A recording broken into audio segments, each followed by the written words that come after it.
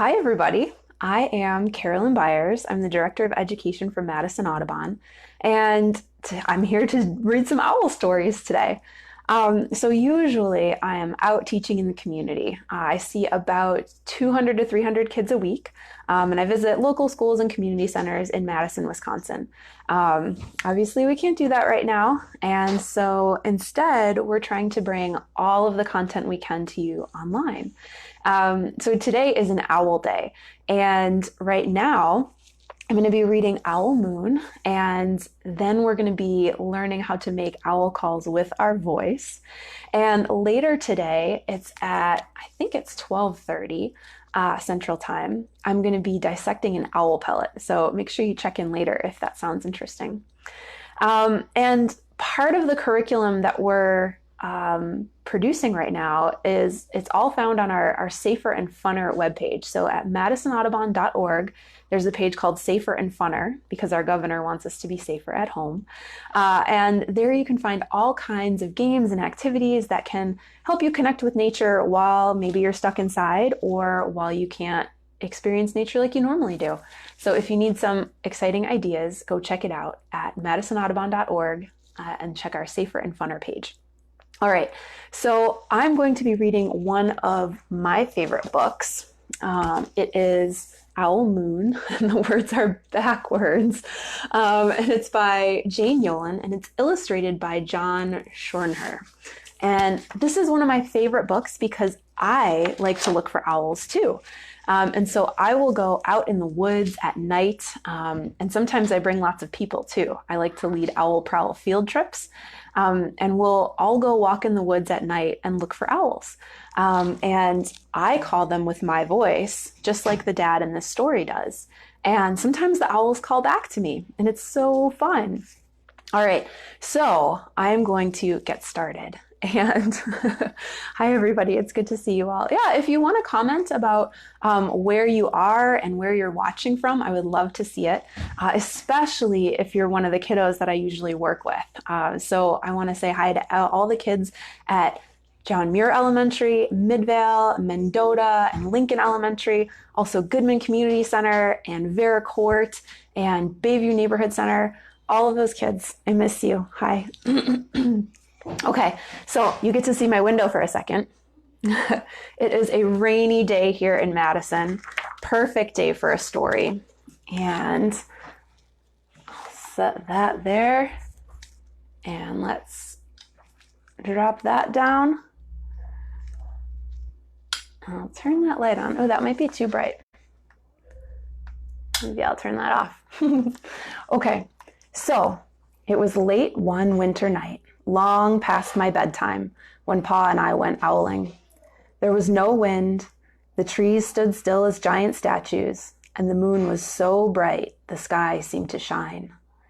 Somewhere behind us, a train whistle blew, long and low, like a sad, sad song.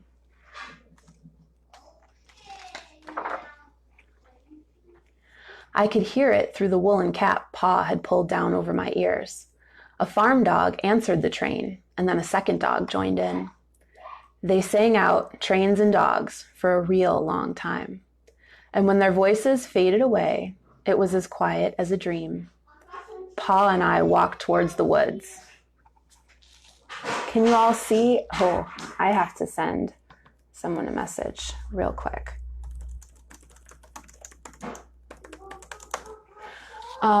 Can you see this little fox down here watching Pa and his kid? And there's a little bunny over here too. They're all hiding. How's that? Our feet crunched over the crisp snow, and little gray footprints followed us. Pa made a long shadow, but mine was short and round. I had to run after him every now and then to keep up, and my short, round shadow bumped after me. But I never called out. If you go owling, you have to be quiet. That's what Pa always says. I had been waiting to go owling with Pa for a long, long time.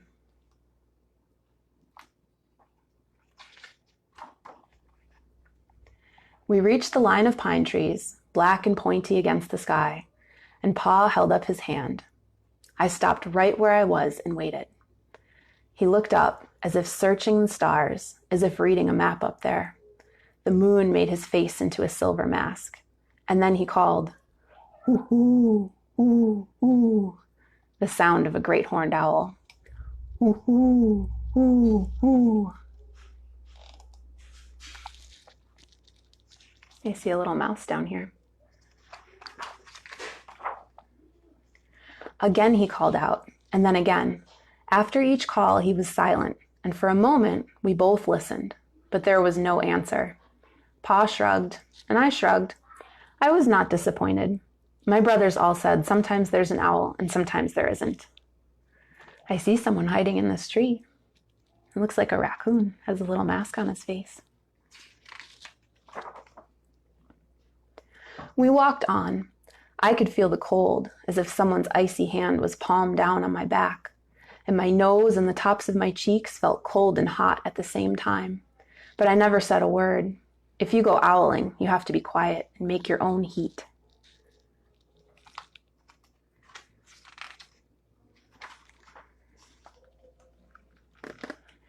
We went into the woods.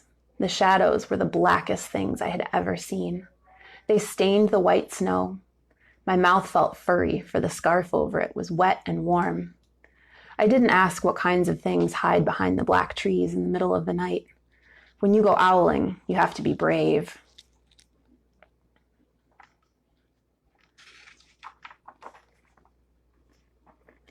Then we came to a clearing in the dark woods.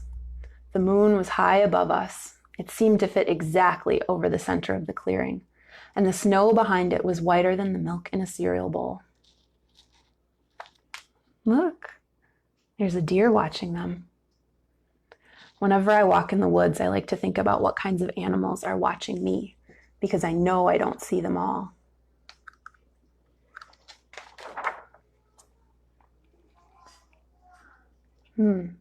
I sighed, and Pa held up his hand at the sound. I put my mittens over the scarf over my mouth and listened hard. And then Pa called, "Ooh, ooh, ooh, ooh.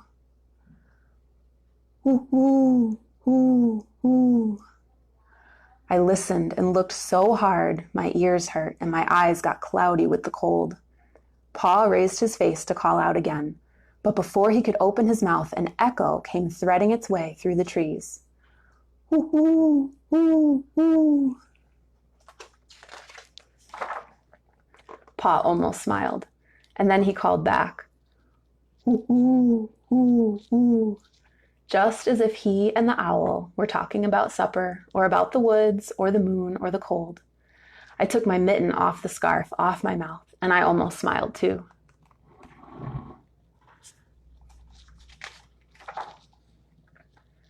The owl's call came closer, from high up in the trees on the edge of the meadow. Nothing in the meadow moved, and all of a sudden, an owl shadow, part of the big tree shadow, lifted off and flew right over us. We watched silently with heat in our mouths, the heat of all those words we had not spoken.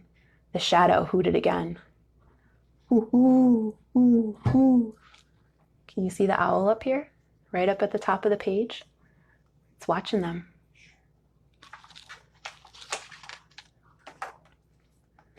Pa turned on his big flashlight and caught the owl just as it was landing on a branch.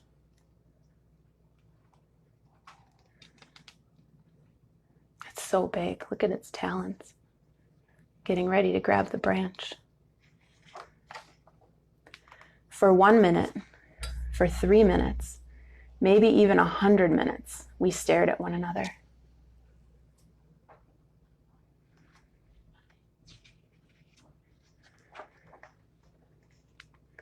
Then the owl pumped its great wings and lifted off the branch like a shadow without a sound. It flew back into the forest. "Time to go home," Pa said to me. I knew then I could talk. I could even laugh out loud, but I was a shadow as we walked home.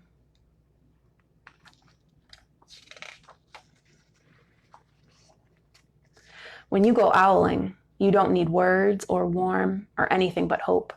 That's what Pa says. The kind of hope that flies on silent wings under a shining owl moon. They look like they're having a warm walk back.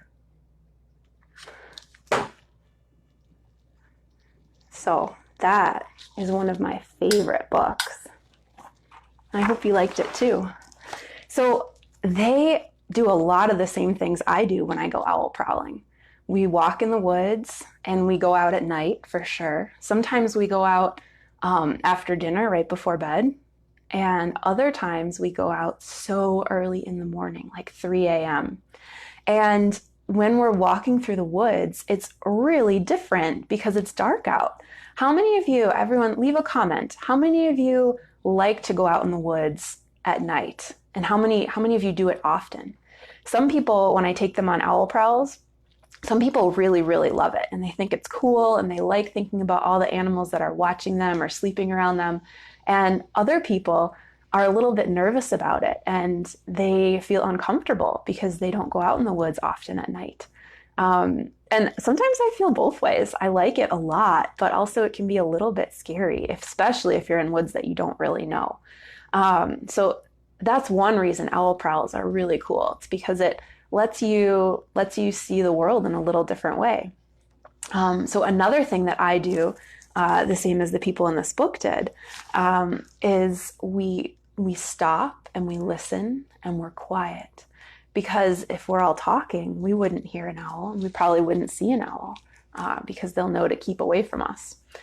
But when we stop, sometimes I call just like the papa in the story.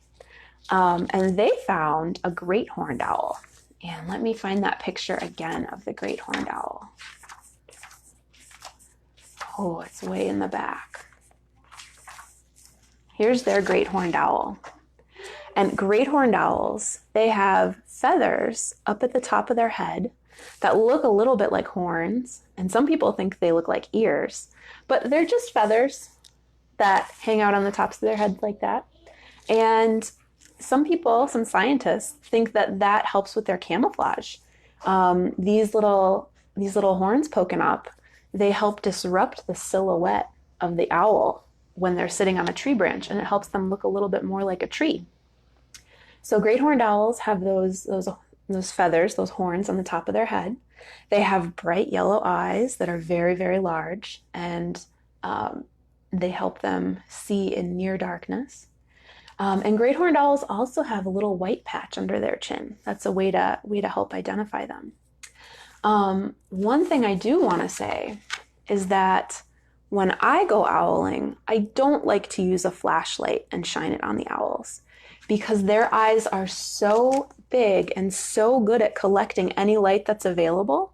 Shining a flashlight in their eyes could actually sort of blind them for just a little bit. It won't hurt them forever, but if we shine a bright light at their eyes, it's kind of like if someone turns on your bedroom light when you're sleeping at night and it's so bright and it makes you feel a little disoriented and a little bit upset. These owls are out hunting at night, and especially in the winter, if they don't get to eat at night, it might be hard for them to live through the night. So I like to protect their owl eyesight, and I don't use flashlights when I go owling.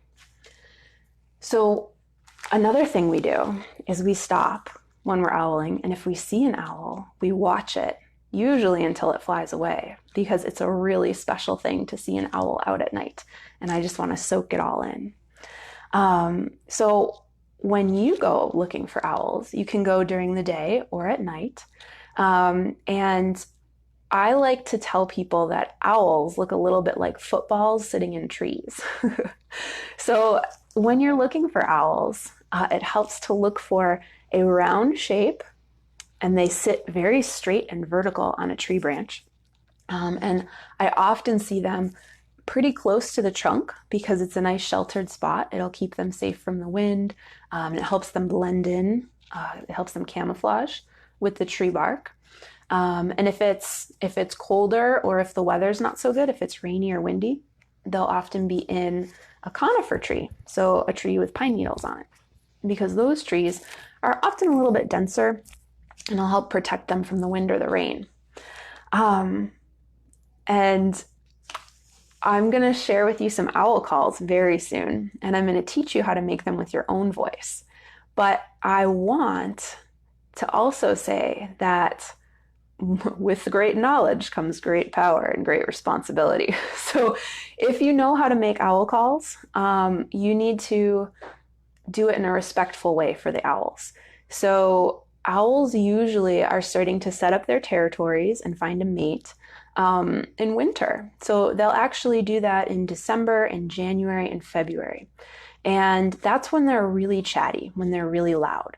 And that's also a good time if you're going to go out and call for an owl to get a response from them. But it's also a time when, life is a little more stressful for them. So if we were out and we were calling and calling and getting them to call and call back, they might not be looking for food as much or able to eat as much food. And so if you call for an owl and if you get a response, you should stop there and only call a few times, because if the owls are busy or if they're choosing to be quiet, you don't want to be a distraction for them all night.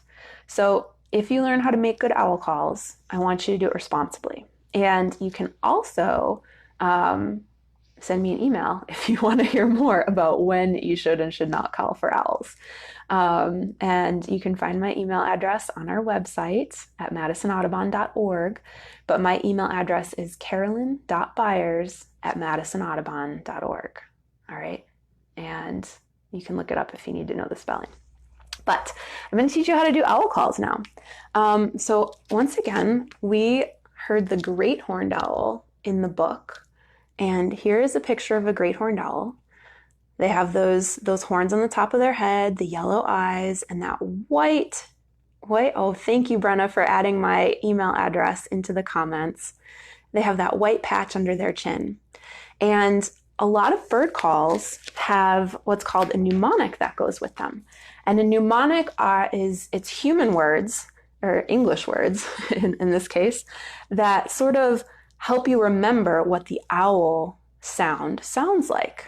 And the mnemonic for the great horned owl is "Who's awake? Me too." And if you say it sort of like an owl, you say, "Who's awake? Me too. Hoo, hoo, hoo, hoo." And sometimes when I do it, I cup my hands like this, just like the papa in the book. Hoo, hoo, hoo, hoo. Okay, so if you're at home, I want you to try it now. And I'm doing it pretty quietly because I have neighbors in other apartments. But when I do it out in the woods, it's pretty loud. So remember, it's "Who's awake? Me too. Hoo, hoo, hoo, hoo." Nice. And actually, owls make a whole lot of noises. So that is their song or their call, depending on how you say it. But they have alarm calls and screeches and whistles, all sorts of things. And so I will put some links in at the bottom too, in the comments about where you can find owl calls. All right. The next owl that we often see in Madison is the barred owl. And these are actually over much of the United States too. They're not out west. They're mostly an eastern owl. Or at least they shouldn't be out west. So here is the barred owl. And these owls, Justin, I talked about great horned owls and their horns a little bit earlier in this video. But maybe you're just tuning in now. So the feathers on top of their head, they're just feathers. They're not horns, they're not ears. Owls have their ears down on the side of their head like we do. And those feathers help to camouflage the bird and disrupt their silhouette. So this is the barred owl again, and they have streaking or barring down their breast, and they have lots of streaks and bars on their tail and their wings. Barred owls have very round faces, and they have dark, dark black eyes. And barred owls are actually more diurnal than great horned owls are. So nocturnal is the word for owls, or for animals that are awake at night and generally sleep during the day. And diurnal is what humans usually are, and that's when we're awake during the day and we sleep at night. And actually crepuscular, those are animals that are awake at dawn and at dusk, right when the light is changing. So barred owls are more diurnal than great horned owls, which means you're more likely to see them out during the day. So if you're not a night person and it's harder to get out at night, barred owls are a really good thing to look for when you're just hiking during the day. And I've heard them calling at 10 a.m. and at 4 p.m. So maybe not right at high noon, but they're pretty active even during the day. So barred owl calls are really fun. And their mnemonic is, who cooks for you? Who cooks for you all? And the all's the fun part. So it's who cooks for you? Who cooks for you all? And they say, maybe I can do it without my hands around my mouth. They say,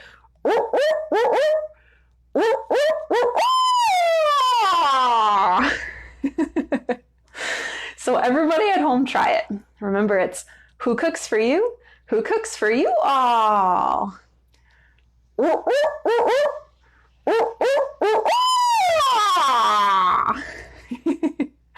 And so remember how I said owls have lots of different noises they make? They also do something called a monkey call. And this is my favorite owl call ever. And whenever I'm owl prowling and I hear the monkey call, usually it's two of them calling back and forth to each other. And I'm not sure if it's a mated pair that use this call to talk to each other, or if sometimes owls in different territories use this to talk to each other. That's something maybe I should look up later. But I love hearing it. And when they do their monkey call, they say,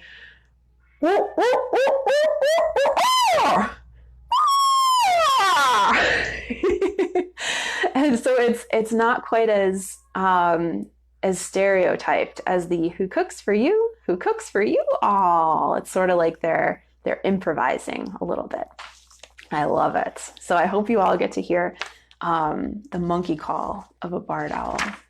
All right, and the last owl that is really common, well, it used to be really common, the last owl that we can usually hope to see in Madison is an eastern screech owl. And this is the gray morph, and this is the red morph. And these two different color morphs, they're the same species, and males and females can both be these colors. It's sort of like hair color in humans. It's just some are red and some are gray. And these little guys, they look like horns, they're just feathers on top of their head too. So they kind of, to me, look like miniature great horned owls. And I suppose we should talk about size. Great horned owls are, you can't even see that. They're about this big. Barred owls are a little smaller, about this big. And screech owls are really teeny tiny. I like them a lot. So when you see a screech owl, I've only seen about 3, and I've been looking for them for about 15 years. So they're not as common as the other two. But when you see them flying, they fly a little bit like moths, I think. Big moths. They're very flappy, which might not make sense until you see it, but that's how I would describe it. And these little guys, I don't know what the official mnemonic is, what everybody calls them, but I think they sound like a frog horse. So the first part, the frog part, it's not a ribbit. It's more like a high-pitched trill. And it's when you're trying to make this sound, can anybody roll their R's like the like that, like in Spanish or a Romance language, rolling your R's? It's sort of like that, except on the back of your tongue and very high-pitched. And I make the sound so slow that it sort of like stalls out a little bit. So let me try and make it for you. This one's harder for me.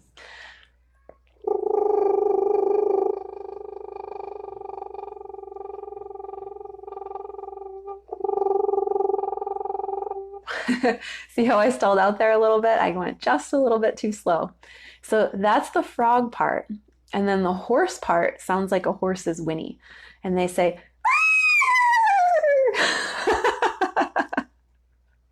it's really weird doing this on camera, guys. Usually I do it in person. So let's do the frog and the horse together now. You ready? And do it with me.